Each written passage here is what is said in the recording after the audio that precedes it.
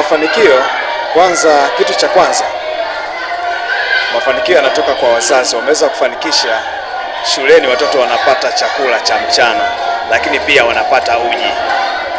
Lakini pia ushirikiano ulioko kwa viongozi wote ndani ya halmashauri.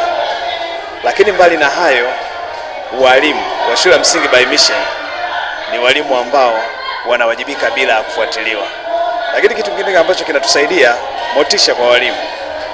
Tumejitahidi kutoa motisha kila mwishoni mwa mwaka. Tunaona wadau mbalimbali, tunaomba fedha, tunaomba vitu, basi walimu wanapata motisha kwa kupewa vitu halisi, kwa kupewa fedha, lakini pia wanaenda kwenye tour mbalimbali. Kwa mfano, mwaka juzi tulienda Serengeti, lakini mwaka jana tukawa tumeenda tu hapa Dodoma mjini. Lakini pia mwaka huu juzi tu kwenye Mei Mosi, walimu wa shule ya msingi By Mission niliwatoa kwa ajili ya kwenda kupata chakula cha mchana Dodoma mjini. Kwa hiyo walienda kwenye mazingira ambayo ni mazuri, wakawa wamepata chakula. Kwa hiyo motisha inasaidia sana. Naam.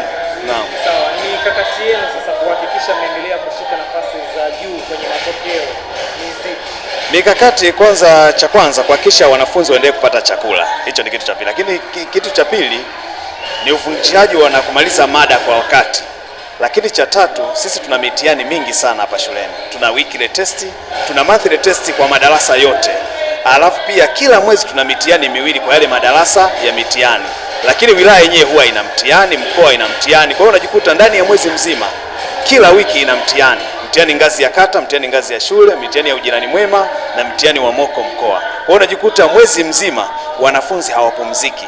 Ni mitihani na kufanya masahisho. Kwa hiyo mara nyingi sana huwa tunajitahidi kumaliza mada kwa wakati.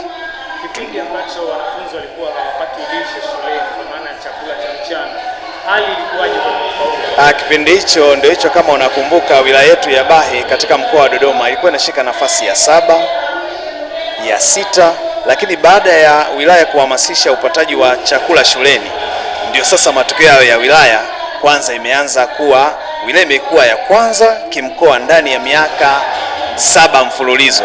Lakini pia kitaifa tumeshaingiza kwenye nafasi za kitaifa kwa mfululizo. Awamu hii ni awamu ya 3.